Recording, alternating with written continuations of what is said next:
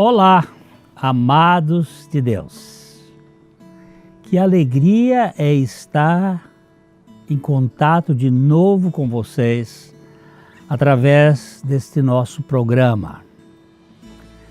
O nosso objetivo aqui é anunciar o Evangelho, as boas novas, o Evangelho das insondáveis riquezas de Cristo, o Deus que se fez gente, que se fez carne, que habitou entre nós, Emmanuel, e que por graça Ele vem habitar em nós.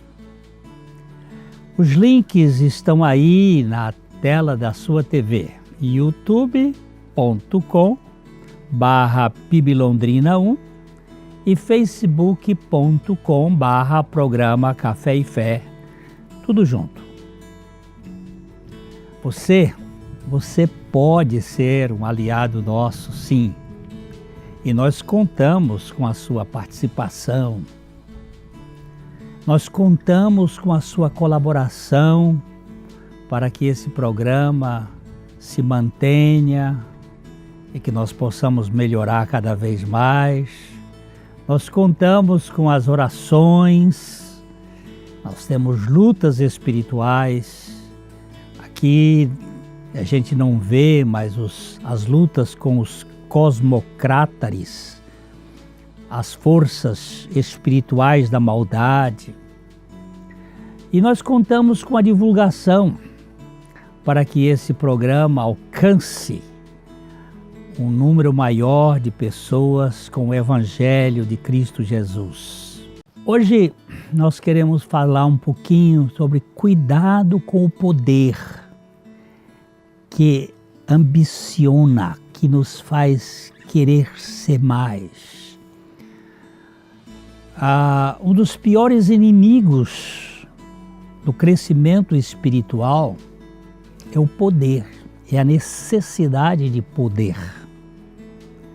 Eu não estou falando do poder do Altíssimo, mas do poder que as pessoas admitem ter do ponto de vista da sua humanidade. O poder do controle, o poder do mando, o poder do direcionamento. O poder do ser humano é perigoso, porque ele dispensa o poder de Deus. Quando temos algum poder, frequentemente dispensamos o poder de Deus. Nós vamos fazendo as coisas do nosso jeito. Se eu me acho capaz, é normal não recorrer à oração, por exemplo. A minha habilidade é um perigo para o desenvolvimento no reino de Deus. Sem oração, não há dependência de Deus. E muitas vezes nós nos orgulhamos da nossa competência e nem vamos buscar diante do Senhor. E assim, sem oração, fica claro que as coisas que eu estou fazendo estão de fato sendo feitas na força da carne e não no poder do Espírito Santo. Eu tenho visto isso muitas vezes na minha vida, que eu assumo certas coisas e tento fazer do meu jeito. E eu vejo que isso, ainda que funcione, não tem relevância nenhuma para o reino de Deus. Jesus disse em Mateus capítulo 22, verso 29, ele disse aos fariseus: errais, não conhecendo as Escrituras, nem o poder de Deus. No reino de Deus, todo o poder executivo tem que ser divino. Não a nossa carne, não a nossa força, não o nosso talento em si, mas os dons espirituais. Quando Jesus disse: vocês erram não conhecendo as Escrituras, nem o poder de Deus. O salmista, ele afirmou no Salmo 62:11, uma vez falou Deus, duas vezes ouvi isto, que o poder pertence a Deus. Se nós formos pensar, até o nosso poder, se nós formos levar isso em consideração, depende de Deus. Ele precisou escutar duas vezes o salmista. Ele precisou escutar de fora para dentro e de dentro para fora. O poder pertence a Deus. Quando Moisés quis fazer a obra de Deus na força da sua carne, o Senhor o colocou em quarentena no deserto para o esvaziar de toda presunção. Durante 40 anos, Moisés foi desconstruído de todo o seu conhecimento adquirido na Universidade do Egito. Ele precisou ser desmontado de sua prepotência. Moisés foi criado na casa da filha de Faraó, no palácio. Ele foi educado na melhor escola do Egito Antigo. Ele era um homem muito culto, preparado. E quando ele quis fazer a obra de Deus na base da sua carne, ele acabou matando um egípcio e teve que fugir para o deserto. E aqueles 40 anos de sua vida anterior precisou ser desconstruído por 40 anos no deserto para que ele não tivesse mais nada. Depois ele aprendeu a fazer a obra de Deus na fraqueza da sua carne. O poder de Deus se manifesta em nossa fraqueza.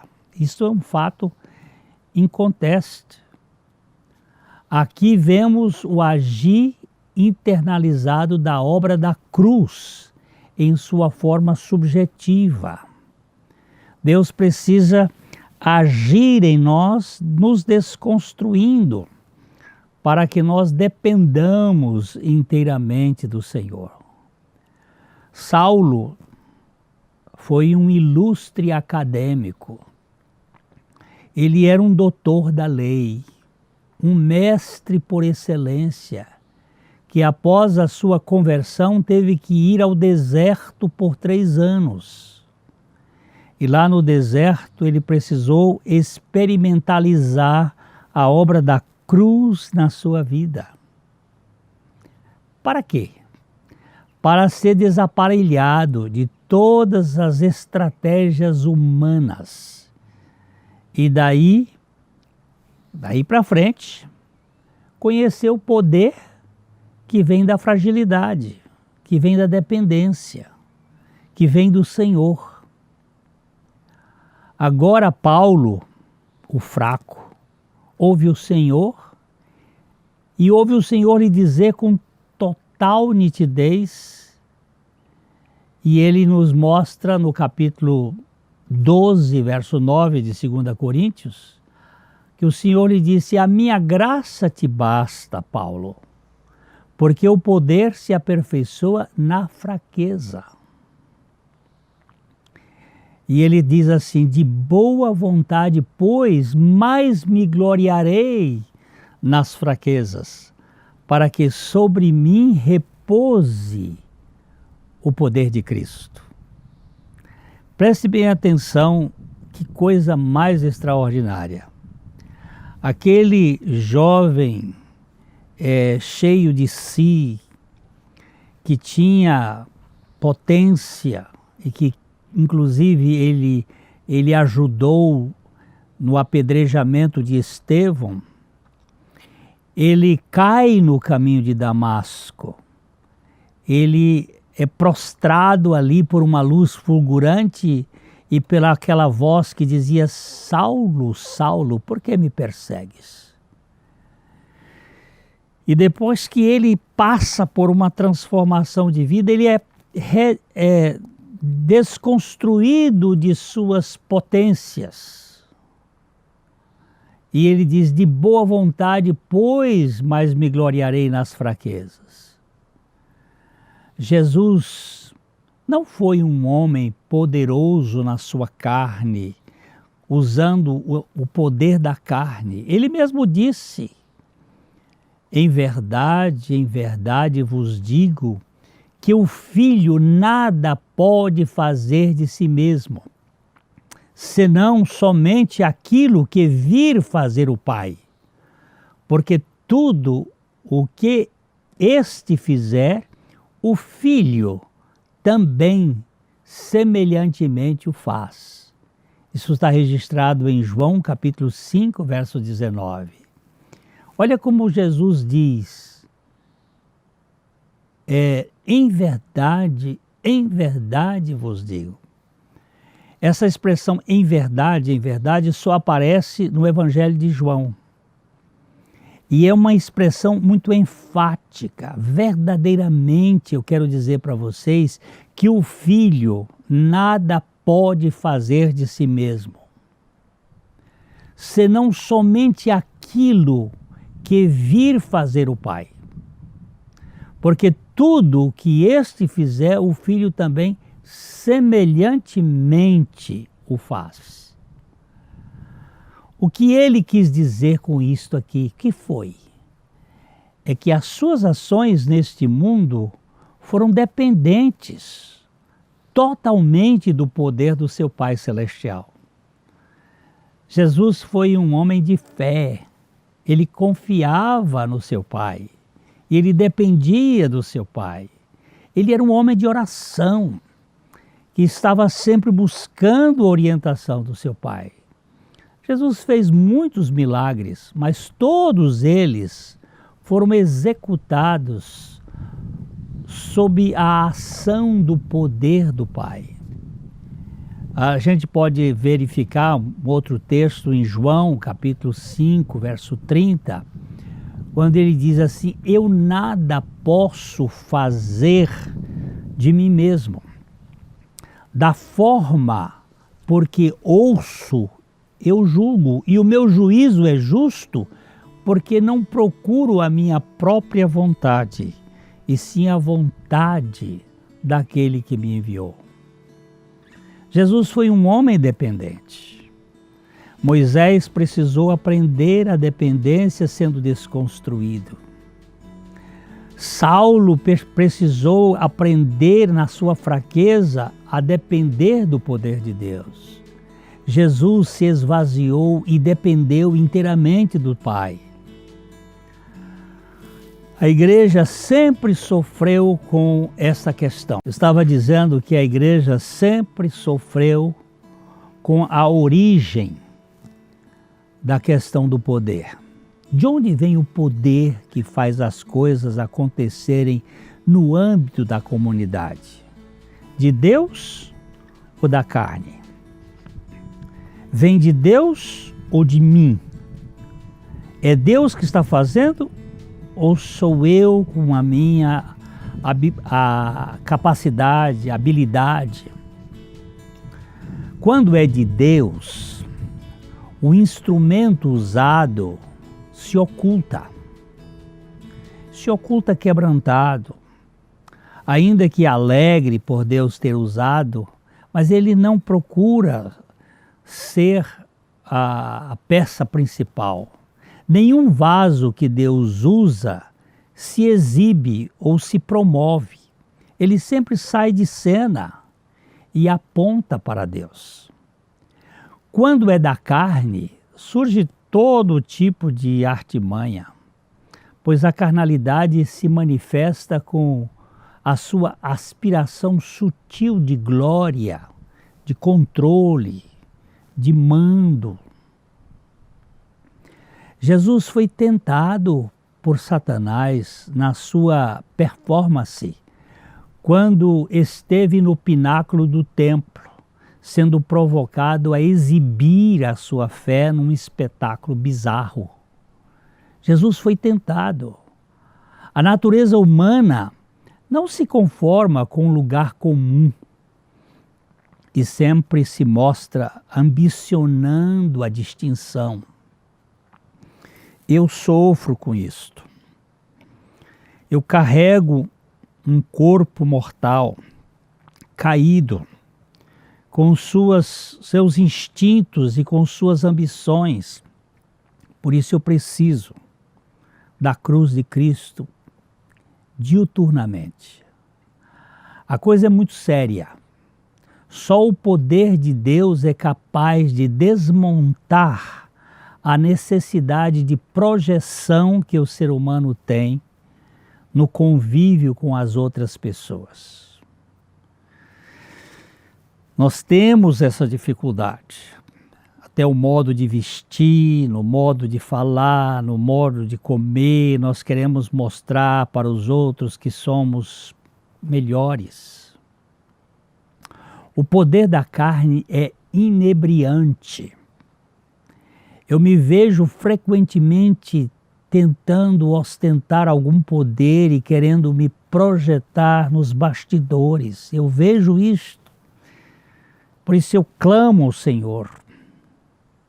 Se a obra da cruz de Cristo não crucificar o nosso ego de fato, ele pode muito bem se disfarçar de morto no palco para o poder se manifestar nos bastidores.